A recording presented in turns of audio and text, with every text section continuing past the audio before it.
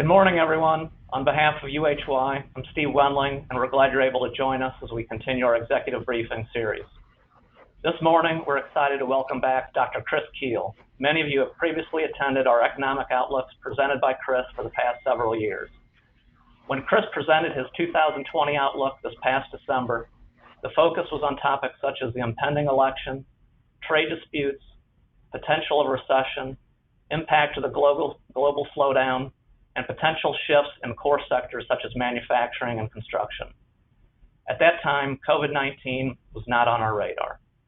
This morning, Chris will share his insights regarding the COVID economy, including current data in the wake of reopening, understanding what sectors have yet to rebound, and a post-COVID outlook. Dr. Chris Keel is a managing director of Armada Corporate Intelligence and provides forecasts and strategic guidance for a wide variety of corporate clients around the world.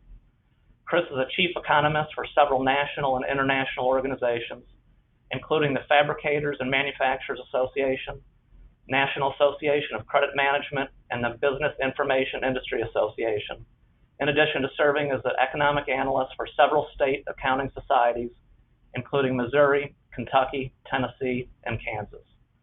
Prior to starting Armada in 1999, Chris was a professor of economics and finance for 15 years, teaching in the U.S., Hungary, Russia, Estonia, Singapore, and Taiwan. Chris is also the author of Business Intelligence Briefs and Executive Intelligence Briefs published by Armada. Dr. Keel holds advanced degrees in economics, Soviet and East Asian studies. Sue Heitz will now provide a brief overview of the webinar format before turning it over to Chris for his presentation. Sue. Thanks, Steve. So good morning, everyone, and welcome. A few housekeeping items. You can see us, but we cannot see you, and everyone has been muted. The run of show today, we've got slated about 60 minutes. I know we started a few minutes late, but we're gonna get to everything that we need to get to. About 45 minutes with Chris and 15 minutes Q&A.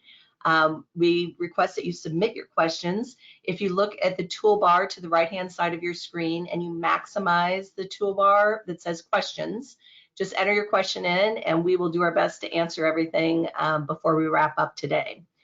Good news is today's presentation is going to be recorded, and Chris has graciously agreed to sharing his slides with us. So we will be sending out a link to the recording as well as the presentation today. So one last thing is that we are going to send you a survey after the presentation today, and we really, really would appreciate your feedback, not only on today's presentation, but also if there's an opportunity that UHY can help you. So there's an opportunity for you to connect with a UHY professional. We know a lot of companies are going through some difficult times these days, and we want to do whatever we can to help you.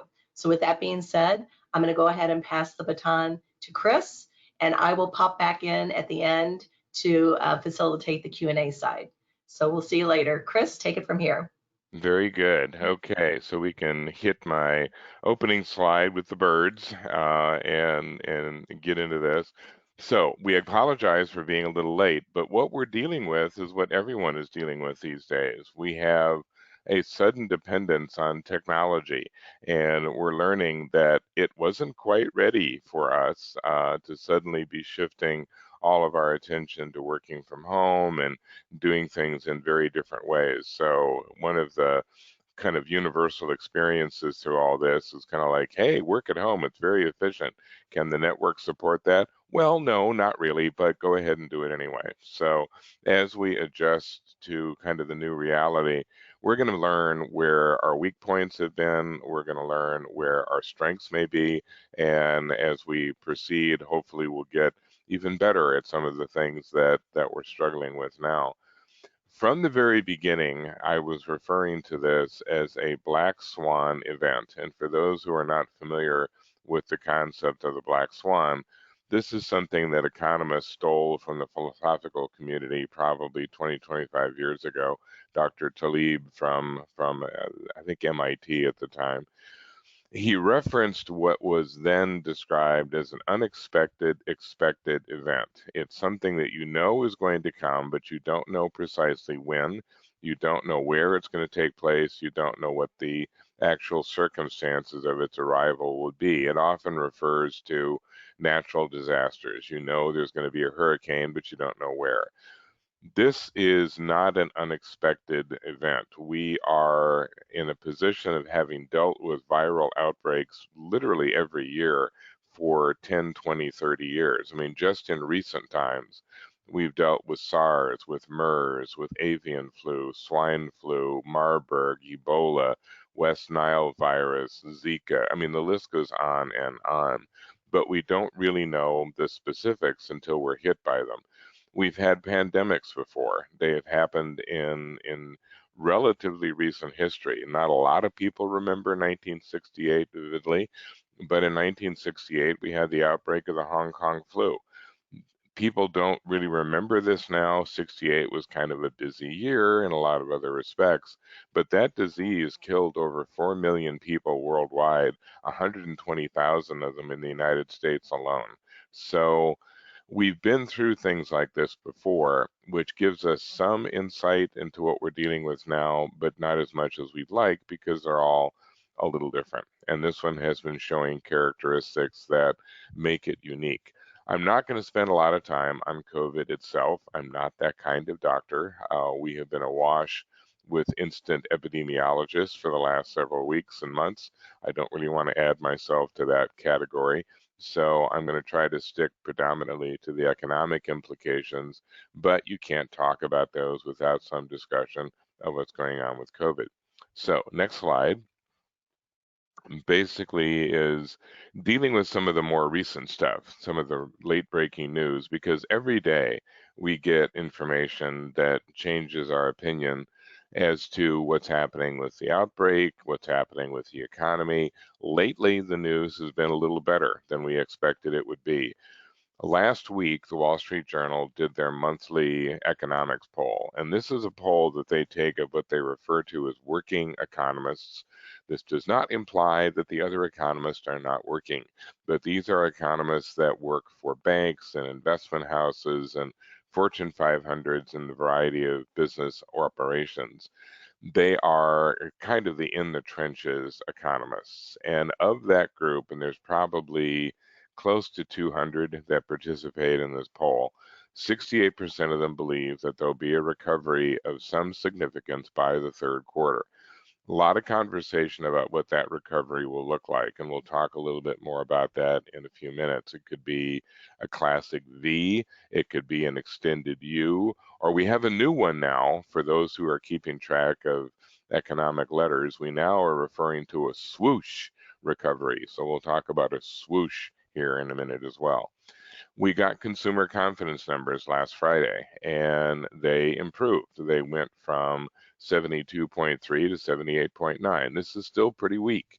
We had confidence numbers in the hundreds at the beginning of the year, but the expectation was that there was not going to be even this big a jump. So consumers are showing a little bit more confidence. Most importantly, it showed up in the retail numbers. They jumped by over 17%, nearly 18%.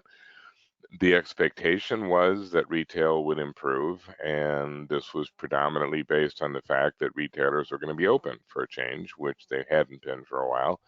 But the length of time was not great before these numbers were collected, and the expansion was more significant than we thought it would be. Not only were people going back to the stores, but they were buying pretty aggressively.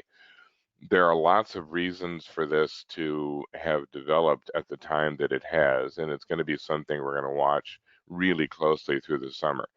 Not to go off on too many tangents, but tangents are my life, so I will indulge. At the beginning of this, we did the big stimulus, and we did the stimulus the way we always do stimulus. When we're trying to get out of a recession, we count on the consumer. The consumer is our weapon. We expect the consumer to spend their way out of the recession, and we always do. We're very good at consuming. We're the world's best at it. So money was pumped in. The consumer was supposed to check in and start doing their thing and get us out of the recession. The problem was there was no place to spend the money. So if you give people lots of money, but say, oh, by the way, we've closed everything. All the stores are closed and the events are shut down and the concerts are gone and the sporting events are gone and the pools are closed and the golf courses are closed. Everything is closed, but go spend money on what? I can only go to Walgreens so many times. I bought enough toilet paper to last me until the next millennium. What do you want me to do? Particularly when you realize that consumers spend a good 65% of their disposable income on services. And the services were the ones that really got cloud. So part of what's been driving this jump in retail is that this opportunity to spend is finally there because there are places we can spend our money. It's also interesting to see what we're spending money on. There has been an explosion of what would amount to nesting behavior. There's been an explosion in pools. People are building pools. I have a friend who runs a pool construction company and generally has maybe 8 projects in reserve. So he's got a little bit of backlog to work with. He has 300 now. There are people lined up to get pools because they're not sure when the public pools are going to reopen. They're now counting on having to entertain at home for an extended period of time.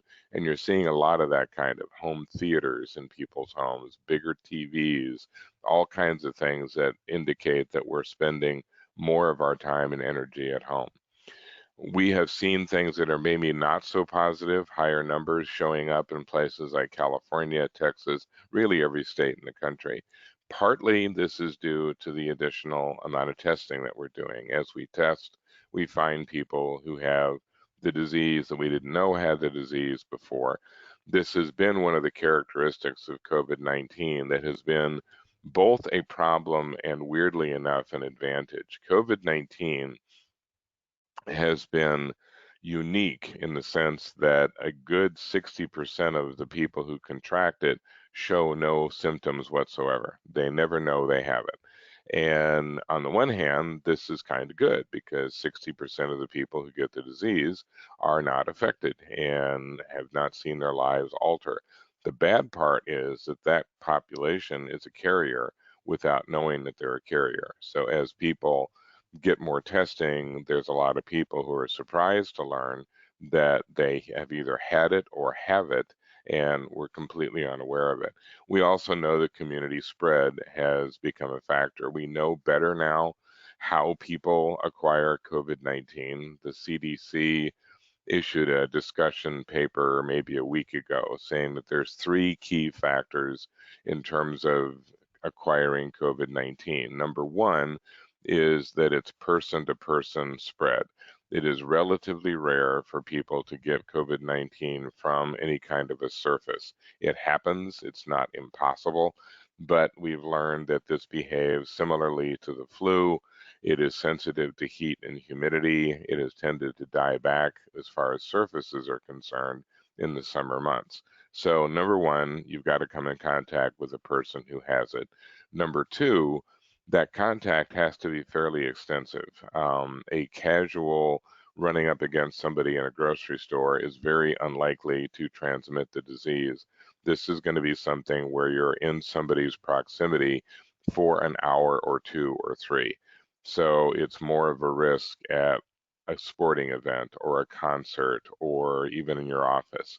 The third factor is density, and it's kind of connected to the number 2 issue of proximity and length of time, is that when you're in a more dense environment, lots of people, there's more opportunity for the virus to spread from person to person. That makes things like riding in subways and commuter trains a higher risk.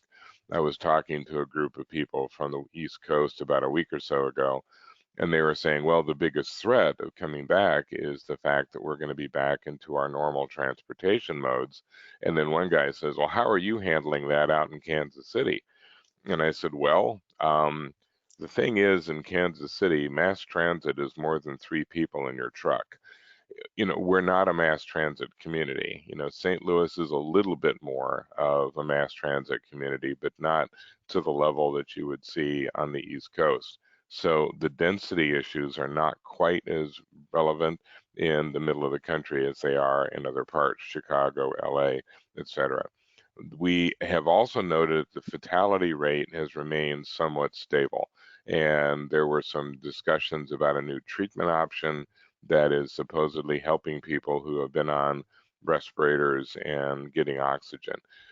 One of the, we think this is the case. The polls have been indicating this, but people have suggested that if this was not a fatal disease, they would be much less worried about it. People are not so worried about getting sick. They know that this happens. They deal with the flu every year as it is. What makes people terrified of COVID-19 is the death rate. So more than the number of cases that are popping up in different places, what really counts is the fatality numbers. If we get to a point where fatality rates are declining or vanishing to some degree, then all of a sudden people tend to relax. Then it's a kind of, well, yeah, if I get it, I get it, but at least it's not going to kill me. That's what they say. We'll see. It's very easy for people to say, well, I don't mind getting sick until you discover that it's the sickest you've been in your entire life. But the notion makes sense that people are prepared to deal with some inconvenience. They're not prepared to deal with fatality. Next slide, please. So as we go through some of this discussion, we're dealing with what economists always deal with, bad data. We have a truism in economics, which is you can have things accurate or you can have them fast. You can't have both. And there's a lot of demand for fast data right now. People want to know what's going on immediately, what's happening today, what's happening tomorrow. And honestly, we don't know. We don't know how this is going to impact GDP. Every number that has come in has been a bit of a surprise. We did not think consumer confidence would be this good. We did not think retail sales would be this good. We did not think the market was going to recover the way it did, and then we weren't expecting the market to fall again. I mean, a lot of this has been reiterating what I've often said, which is economics is composed of the most surprised people on the planet. Everything we collect, we're like, wow, I didn't know that. But that's kind of the name of the game. We've been dealing with deliberate obfuscation, as was mentioned in the beginning when Steve was talking about this last December. There was no conversation about what was happening with COVID-19, but it was very definitely a problem in China. They were dealing with it in November and October, but didn't tell anybody. Wuhan was hiding it from Beijing. Beijing was hiding it from the rest of the world. We didn't know this was going on until January and February, 4 or 5 months after the outbreak had become serious in Wuhan. Had we known when this was taking place, we would have done a lot of things differently. There would have been time for testing. There would have been time for tracking. It would have made sense to quarantine because the spaces involved with quarantine would have been much smaller. By the time China felt the urge to be more forthcoming, i.e., they were forced to be, it was too late to really contain. It had already spread throughout China. It had begun to spread throughout Asia and from there to the rest of the world. We've been dealing with a lot of instant experts, people that are really not qualified to talk about this, but are doing it anyway. I saw an article, doctor was going on and on and on about how everything everybody was doing was wrong and he ought to know because he's a doctor. And you get to the end of the article and realize he's a dermatologist. No offense to Dr. Pimple Popper, but I mean seriously, if I'm going to hear about a viral pandemic, I want to hear from an epidemiologist, not a dermatologist.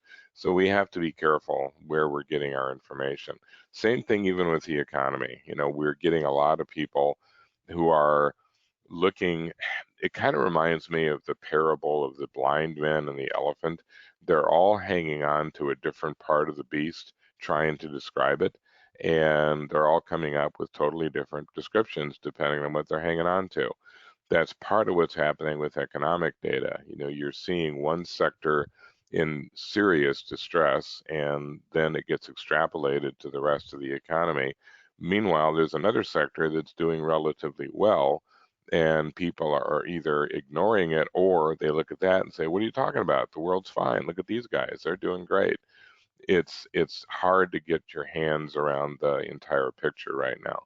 It's also important to recognize that many of the things that we're seeing now were trends that had already started. I saw a long piece on how COVID-19 had destroyed JCPenney. I mean, seriously, Penny has been on the death watch for half a decade, along with a lot of other department stores. Unless COVID-19 is a new code word for Amazon.com, we know what's been threatening those stores. It's the online experience. Has COVID accelerated it? Probably. You have a lot of people now familiar with online shopping who might not have been 2 or 3 or 4 months ago. But COVID-19 did not invent internet shopping, and as a result, it's unrealistic to look at one cause and say, "Hey, that's the smoking gun." We're already seeing people working from home. We are already seeing a lot more reliance on tech and robotics. So these were trends that existed and have probably been accelerated by the crisis we're dealing with, but they weren't new. Next slide, please. We're also dealing with global stress, which we have been dealing with really for many decades. That opening statement, the number one trigger for social unrest is economic dislocation and fear, that comes directly from the global intelligence community. It comes from CIA reports, MI6 from Britain, the French intelligence, everybody. It has been a staple of the intelligence community that if you want to see civil wars, unrest, confrontations, what you need is economic dislocation. Once that begins, everything rises to the surface. Things that have been bothering people for decades explode. We've seen riots and protests in the US over racial injustice. It's not that racial injustice is new. We've been dealing with this for a very long time. But you combine that long-standing grievance with 50 million people losing their jobs, and you have the ingredients for an explosion. It's happening all over the world. Protests all over China, particularly in those communities that have been hit by COVID-19. There have been violent protests all over Europe, France, Spain, Italy, Germany, the UK. 2,000 people have been killed in riots and protests in Brazil in just the last 2 to 3 weeks. There have been ethnic riots and protests in India just this week. I mean, China and India have been at each other for about 60 years over disputed territory in the Himalayas. And basically, what it has consisted of in the past is Indians will lob a few mortar shells at the Chinese lob artillery back at the Indians. It's very almost kabuki like. I mean, it's just a theater. The explosion yesterday resulted in at least 20 Indian soldiers being killed. We don't know how many Chinese. They were going after each other with clubs wrapped in barbed wire. The Chinese were throwing Indian soldiers over a ravine into a valley which was hundreds of feet deep. I mean, it was a violent brawl. And it was like, why explode now? And then you start looking at the stress that these countries are under right now. You know, almost 20% of the Indian workforce has been laid off, and something like another 20% saw their wages significantly cut. The country is freaking out, and the same thing is sort of happening in China. So the economic stress adds to all of the other stress that's going on, and it makes things infinitely more tense than they would ordinarily be. Next slide, please. So it's important to remember the original goal because we might actually have reached this one. So in the beginning, we were talking about flattening the curve and trying to take pressure off the medical sector because the real issue was, are we in a position to help the people who need help? And in the beginning, we weren't. Hospitals were not prepared. They were overwhelmed. The surge was too fast and too overwhelming. We now seem to have accomplished that goal. We now are at a point where even in the hotspot communities, the hospitals are in a position to deal with those who need hospitalization. Right now, 97% of people who acquire COVID-19 are considered mild cases. Mild is a relative term. It could be a very, very uncomfortable, very desperate illness, but you're not hospitalized. The 3% that are the ones that we have to have the hospitals ready for. And the 3% of 330 some million people is a lot of people. And the hospitals were not prepared for that in the beginning. They seem to be now. Next slide, please. The trade-off is still really the key issue, and this is what makes this so very difficult, because no matter what you do, you're going to make some problem worse. If you're interested primarily in dealing with COVID-19, then you want to extend containment, you want to do more and more to try to isolate and make sure that it doesn't spread. Anything you do in that context is going to make the economy worse. It's going to slow down reopening. We have seen a certain amount of reopening thus far, but it's not complete. We're still worried about when can we have sporting events again? When can we open pools again? When can we open entertainment venues again? When can we have concerts again? When can people go to restaurants without feeling like they're entering a hazmat zone? I mean, all those things are issues which we're doing to control the virus. So from a policymaker's perspective, it's like rock in a hard place. I either do something to deal with COVID-19 or I do something to help the economy. Whatever I do is going to make the other issue worse. And we end up having to make a choice. We always do. I mean, we have to come up with a trade-off on this issue as we have with every other. There are a lot of things that we could do to reduce exposure to other diseases. We could do a lot for almost any problem you can think of. We could stop highway deaths if we wanted to. All we'd have to do is pass a law that didn't allow cars to go more than 5 miles an hour. We're not going to do that, but by deciding that we're going to let cars move at 70, 80 miles an hour, we end up with some 80,000 people killed every year in auto wrecks. So trade-off is not an unknown concept. We're just still trying to work out how we're going to handle this one. Next slide, please. So a lot of states are not really prepared for the moderate recession or a serious one. Missouri is one of them. Kansas is another. Basically, the preparedness is a matter of, do they have sufficient revenue to support the service demands that are going to be made?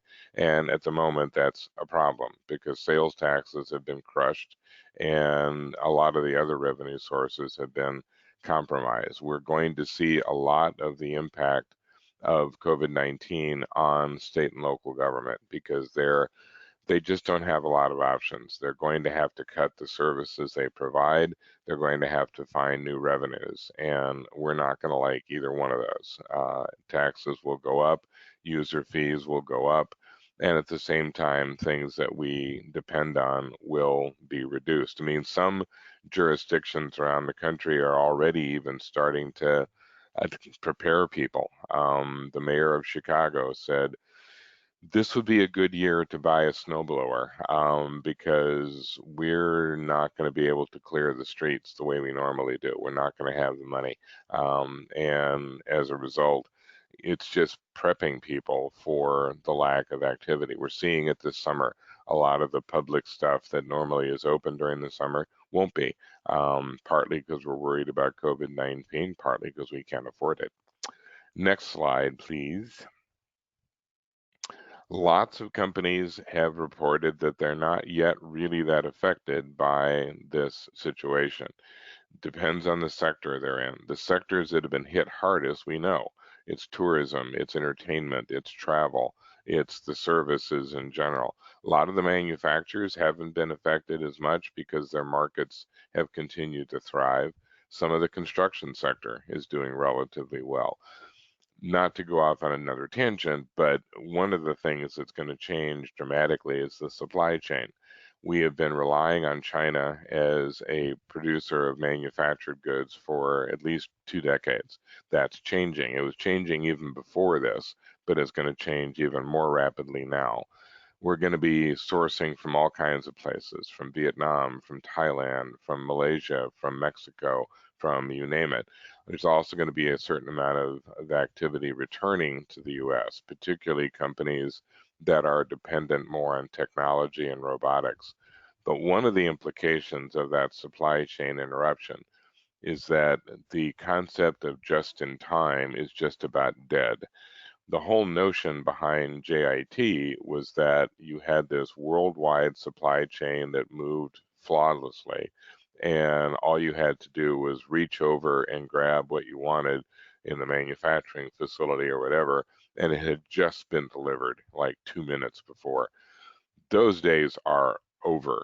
There is no regularity left in the supply chain. Right now, there are 500,000 sailors that are trapped on their ships or in ports they can't get out of, or they can't get to the port they're supposed to because they're all quarantined. This has literally shut down 40 to 50% of ocean cargo. So companies now are saying, well, when I am able to get what I need, I'm going to have to get as much of it as I can and store it because I can't count on that supply chain anymore.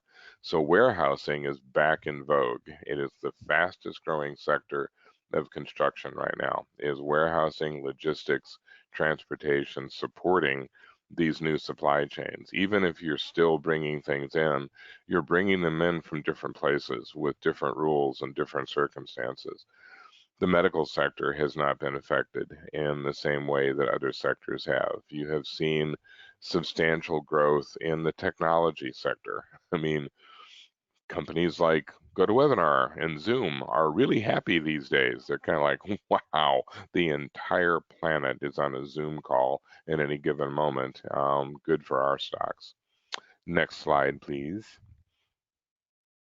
So the question asked earlier, which way are we headed? Are we going for a V, a U, a Z, a W, an L? Economists love letters. And now we have a new one. We have the swoosh. We couldn't figure out a letter for that one, so we had to call it something else. The V recovery is still what some people are expecting. It's a little bit less popular among economists than it was. The V is a classic recession where you go down in a hurry, come back in a hurry. You're down maybe 2 quarters, maybe one, and then you come back in the third and fourth quarter very quickly, and you return to where you were speedily. This is the recession that all economists love because it kind of purges the system of badly run companies and all that sort of stuff. I don't think we're going to get away with a classic V. I don't think we're going to get stuck with a U either, which means that you linger at the bottom for an extended period of time. We're probably looking at some variation of the V, where the return is a little bit slower, faster than it would be with a U, and that's where you get the swoosh. And this is basically kind of like, well, that's what Nike calls it when it looks like this. So, we're not terribly original in the economics profession. I don't think we're heading for the dreaded L, which is where you go down and stay down.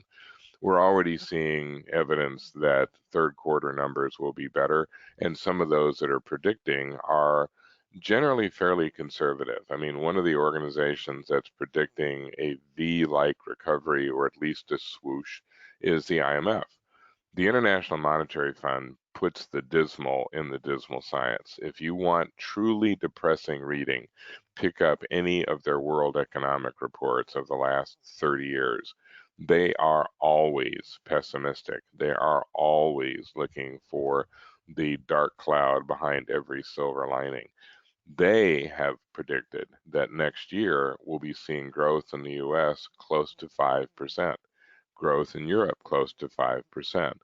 Part of this is coming back from a very bad recession year in this 2020. So you're going to get a predominant growth just based on returning from the depths that you were in that year. But that's still fast growth, and it's really unusual for a group like the IMF to be calling for something that robust that soon. Next slide, please. Consumer confidence had been crashing, and for obvious reasons. I mean, there's no reason for consumers to have been confident. The fact that they're starting to show some recovery is a good sign. But as I've mentioned in talks before, for those of you who've heard me, I'm a little skeptical of consumer surveys, if only because consumers really don't have much to respond with. I mean, when you ask a consumer on the phone or in some other survey technique, are you feeling confident? Sure. How come? It's a nice day. I don't know. I mean, the average consumer does not wake up in the morning and say, well, I checked the industrial production numbers this morning, and then I compared those with the capacity utilization details before I tried to figure out what the dollar value against the yen and the pound was. No, they wake up in the morning going, do I have a job? Yes. Am I going to have a job next week? Yes. There a possibility I might get a raise? Maybe. Okay, I'm confident. If you wake up and say, do I have a job? No. Are you going to get a job next week? No. All right, I'm not confident. We're pretty basic. It's very fickle. Consumer confidence numbers can change really fast over very limited things. I mean, a couple of pieces of good news and people's confidence skyrockets. The more important number was that retail sales. That's where people are putting their money where their mouth is. Are you feeling confident? Yes. Are you spending money? Yes. Okay, then we believe you. Next slide, please. This one is pretty relevant to the US, not as much as it is with some other countries. Exports make up about 15% of the US GDP. It's about 55% of what you see in Germany. So we're dependent to a degree on exports, not as much as others. The big issue is that no other countries have money either. So it's not that they're not interested in what we produce. It's not that they don't want the output from the US, they just can't afford it. Next slide, please. Oil prices have been all over the place, and as usual, the oil analysts really have it nailed. The price per barrel of oil by 2021 will be between 80 and 20. So the price at the pump, $1.50 to $7, somewhere in there. How helpful, it's kind of like why even bother to predict when you're that far apart? We honestly don't know. Oil is the original inelastic good. It is something that we just consume because we have to. We don't really change our behavior with the price. We don't suddenly decide that because gasoline is $1.50 a gallon that we're going to start commuting to Clayton, St. Louis via Des Moines. I mean, it's like, no, we're going to drive like we always do. If it gets up to $3.50, $4 a gallon, it's not like we're going to stop driving. It's like, nope, not going to do it anymore. I'm not going to drive to work, not going to go to the store. I'm just not going anywhere. Of course you are. You have no choice. Over time, people can adjust to the pricing.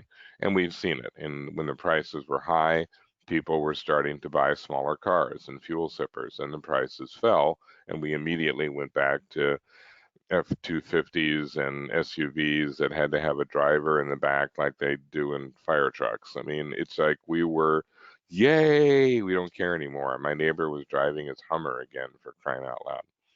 Next slide, please. So what worries people? Short answer, everything. We are not at this point doing the policymakers any favors because they would love us to say, we are most concerned about this, solve this. We don't worry about the other stuff. In fact, we worry about it all. Saw a cartoon where the guy says, I have finally reached balance in my life. I spend 12 hours a day worrying about COVID-19, and I spend 12 hours a day worrying about personal bankruptcy. So, perfect balance. And that's where we all are. We want a solution to everything, and at the moment, that's going to be hard to do. Next slide, please. So, not going to spend a lot of time on this, but this is a good news slide, and you've heard me talk about the Credit Managers Index before. What is cool about the CMI is that it measures what credit managers are thinking, and credit managers tend to think into the future.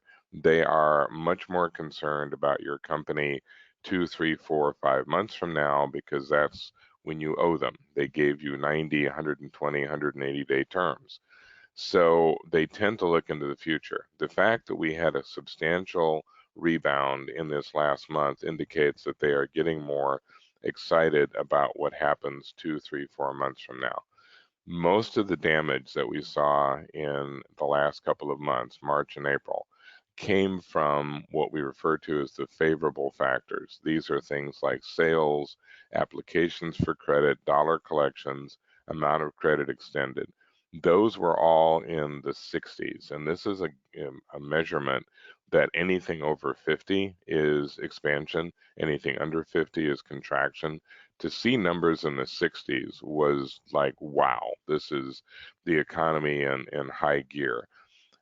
By the time you got to March and April, those 60s had fallen to the 20s and 30s, really, really low. We had not seen those numbers since 2008.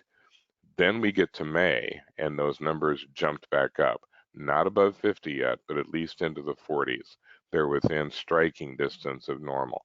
So the latest information from the CMI suggests that credit managers are more upbeat about what's coming down the road than they have been the last couple of months. Next slide, please. So the scenarios that are out there before us, nothing particularly surprising. You know, we're making some assumptions. We're assuming that the reopening continues, but kind of at a weird pace. We anticipate restrictions on travel, social distancing will stay. We'll continue to have people working from home, et cetera. We're looking at things like testing. We're looking at tracking. We're wondering at what point we might see actual treatments and vaccines. We'll get the treatment really before we get the vaccine, we think. But the Germans still think that they're a month or two away from a workable vaccine. Japan thinks it's getting close. There are operations in the US that are talking end of the year. Once the vaccine is developed, then the big question is how quickly can it be distributed, et cetera. But if those assumptions hold, most of the countries in the world are looking at recovery by third quarter, not just us. UK, the European Union, China, and that's important. The global economy itself has to recover before we can fully recover. Next slide, please. We're closing in. One of the areas that's been most affected has been low wages. The low wage workers have been the ones hardest hit. This is partly because this was such a service sector blow. The workers in the low wage categories had been making some real gains, some of the best gains they had made in decades. Those all literally went away overnight. And as we are dealing with unemployment, there are lots of unanswered questions. For example, we think that about 80% of those who were laid off were in fact furloughed. A furlough differs from a layoff in a substantial way. It basically means that the employer told you when they were laying you off that, look, we don't have a choice here. We've been shut down. We're in a lockdown recession. We're not operating. We will bring you back as fast as we possibly can. When we're allowed to reopen, we'll bring you back. Can't run a restaurant without staff. Can't run a hotel without staff. Can't run an entertainment venue without staff. Can't run a manufacturing plant without staff. So those jobs would come back. The question is how many of them and how fast. For example, if you're in the restaurant business, you've reopened, but you've only got half the tables you had before. You don't know what your customers are going to be demanding. You don't know if they're going to come back. The ambience now is a little different. You know, people used to come in to relax and enjoy the service, and now there's servers showing up in a hazmat suit and throwing the food at you from 10 feet away, and chanting, unclean, unclean. I mean, it's not the same experience. Are people going to continue to? I had a friend who went to a restaurant, wanted to support his old buddy, and they had gotten permission to have tables outside, which was kind of a good idea in maybe April and May, but it's now June in Missouri. So he was sitting outside on the street, on the asphalt. It was 92 degrees, 150 million% humidity, and he's 10 feet from the dumpster. Wasn't quite the ambiance he was expecting. And he said, you know, if they really think I'm going to regularly drop $100 on this experience, no. You know, I can cook at home as easily as they can cook here. How many people did that restaurant hire back? Only about a third. And that's going to be one of the big questions going forward. Next slide, please. So the other issue when it comes to income is that the stimulus plan threw a lot of money at people trying to blunt the impact of the lockdown recession. And one particular category of worker has proved to be challenging because they always have been. The transactional worker is the one who does not look at your job as anything connected to their future. They are in it for the day wage. They are only interested in what you are paying them. They do not expect promotions. They do not expect to be given raises. They are not expecting skill building or benefits or any of that. They just want the money that they're due for their hours worth of work. If the guy across the street offers them 25 cents more a month, they will quit you and go to work for them immediately. They're looking at what they're getting from the government right now saying, why would I go back to work? I make more money getting money from the government with unemployment than I do going. So I'm not going to go back to work until this runs out. Theoretically, it runs out in July. There are some discussions about extending it. I don't know that that's likely. There are conversations now about paying people bonuses to go back to work rather than extending their unemployment.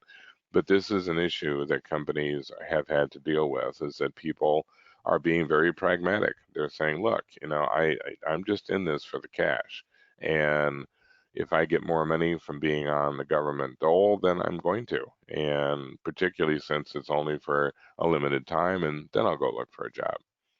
Next slide, please. We actually are getting to the end, I promise. There are three scenarios that are sort of floating around as to what happens the rest of the year. The most likely would be a series of outbreaks in specific places with vulnerable populations. Lots of elderly people, lots of people with pre-existing conditions, or those large crowded urban areas where density and contact is hard to avoid. Next most likely would be waves in areas where there have been a loosening and people had not been affected before but get infected now.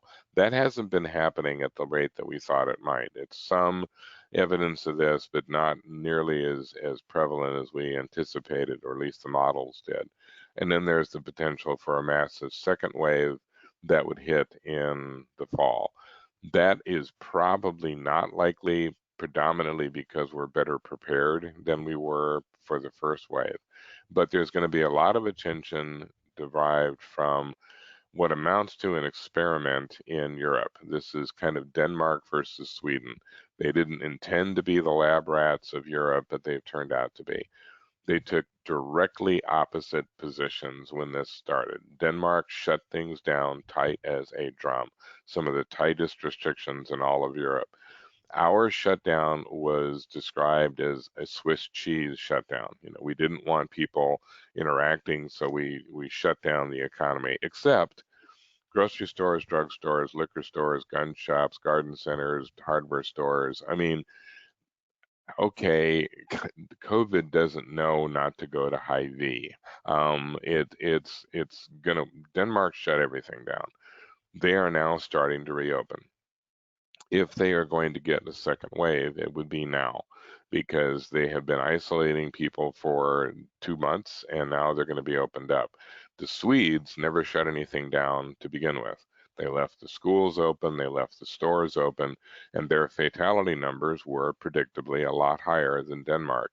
But interestingly enough, not much different from what you saw, and actually less than Spain or Italy or the UK, which did have lockdown procedures in place. The Swedish epidemiologist, Anders Tegnell, said, look, it's too late to do all this containment stuff. That only works if you've got an area that you can concentrate the quarantine in. You can't quarantine the whole world. What I want to see is herd immunity. I want to see as many Swedes as possible get COVID-19, recover from COVID-19, now have temporary immunity, and snuff it out that way. We're now going to find out if either one of these countries was right. If the Danes get slammed with the second wave, we'll know that trying to contain wasn't really going to work. If the Swedes don't see any benefit from having been through herd immunity, then we'll know that that process didn't work very well either. So stay tuned and watch those two like a hawk for the next month, maybe a month and a half. Next slide, which is honestly the last one, I promise. My conspiratorial mind has concluded that this is all the fault of Zoom and GoToWebinar and Teams and WebEx. They all tried to figure out how to get their stock prices up. And they said, I know, let's launch a pandemic and everybody will have to work from home electronically. And those of us who are now working from home now dread when somebody tries to call us because it's like, oh no. Particularly with what's been going on in my household, not to be engaged in true confessions, but my wife is a master gardener. Therefore, I am a master hole digger. And if people call me at exactly the wrong time, I look like something that's been drug out of the lagoon. I mean, working in the garden in this kind of heat and humidity, not what I want to broadcast to the world. Okay, the very last slide is a contact slide. You can go to that one. Anyone who wants to ask a question after this question and answer period, feel free to send me an email. I am just as long-winded in print as I am in public. And now I'm going to shut up and let Sue collect questions. Okay, so actually what we're going to do, if you could go to the very last slide, I want to go ahead and make an announcement. And then for those of you that need to jump off, I completely understand, but we'll try and get at least to one question. I want to say thank you for joining us. Mark your calendar for July 15th. We have Drew Carter, the president of Merritt's Motivational. He's going to be speaking on digital disruption. So thank you for attending, but we'll try and get at least one question squeezed in. Chris, generally, what is the likely long-term consequence of the increased federal borrowing, the Federal Reserve injecting currency into the economy, and the Federal Reserve investing in ETFs and corporate bonds?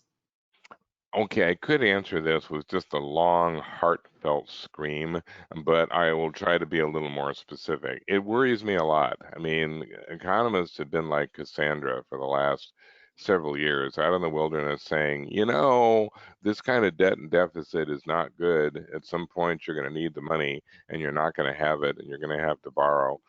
The dirty little secret for the U.S. is that we can always borrow money. The T-bill is the most coveted bond investment anybody in the world can make. So we can always borrow more money. The issue is debt service. We are now paying out about $400 billion a year off the top of our federal budget in debt service every year. So it's the old economic concept of opportunity cost. We've talked about repairing the nation's infrastructure. That would only cost $300 billion. Well, we spend that every year on debt service. We're on track now to have debt service that is in excess of the entire military budget by the middle of this decade. We can't sustain that. I mean, it's just ridiculous. It's like anybody else who gets overwhelmed with debt. Pretty soon you're just hampered. I don't know necessarily how we get out of it because we are going to have to make one of two or probably both very uncomfortable decisions. We're going to have to cut spending, and the only place we can cut it that's going to make any difference are things like Medicare and Medicaid and Social Security. Nobody wants those touched. I mean, those are the third rail of politics. The other alternative is to raise taxes, and we know how enthusiastic we are about that. So we've put ourselves in a very uncomfortable position. Our debt now is 115% of our GDP, and we have a GDP of $20 trillion. So, yeah, this is the kind of thing that makes me sob into my pillow at night. All right. Well, on that note, we want to be very respectful of time. I know we started a few minutes late, so we tried to go a little bit over. So thank you, Chris, so much for your time and your expertise today. And thank you, everyone, for joining us. Have a wonderful day. Thank you.